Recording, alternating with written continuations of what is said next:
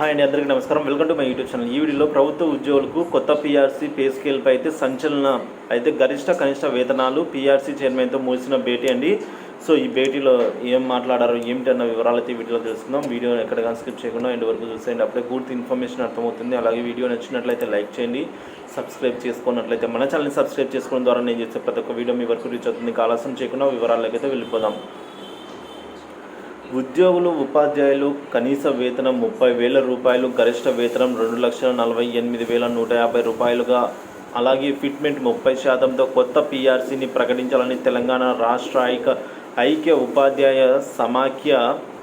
సమాఖ్య అంటే టీఎస్యూటీఎఫ్ శివశంకర్ని అయితే కోరిందండి.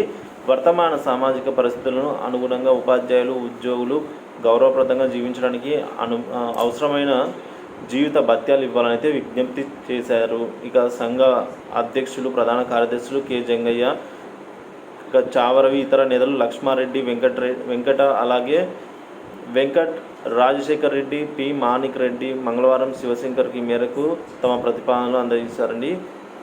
గత పీఆర్సీ నివేదిక 30 నెలలు ఆలస్యంగా ఇవ్వడం వల్ల ఉద్యోగులు ఆర్థికంగా నష్టపోయారు. ఈసారి 2023 జూలై 1 నుంచి ఆర్థిక ప్రయోజనాలు వర్తింపజేయాలని అయితే కోరారు.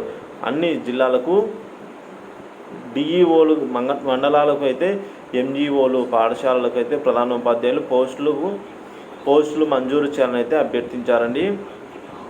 గరిష్ట వేతనం వచ్చేసి 3,41,300 ఉండాలని అయితే ఎస్టీయూటీఎస్ అయితే ఈ విధంగా అడగడం జరిగింది. సో దీనికి సంబంధించి తెలంగాణ ఉపాధ్యాయ ఉద్యోగులు కనిష్ట వేతనం 32,000, గరిష్ట వేతనం 3,41,300 రూపాయలు ఉండాలని అయితే ఎస్టీయూటీఎస్ఐ సంఘ అధ్యక్షుడు శివశంకర్ని అయితే కోరింది. సో సంఘ అధ్యక్ష ప్రధాన కార్యదర్శి ఎం పర్వత్ రెడ్డి, జి సదానంద గౌడ్, ఇతర నేతలు అయితే సదయ్య, గజేశ్వర్, దయానంద్, పోల్ రెడ్డి తదితరులు అయితే మంగళవారం శివశంకర్ను కలిసి తమ ప్రతిపాదనలు సమర్పించారండి.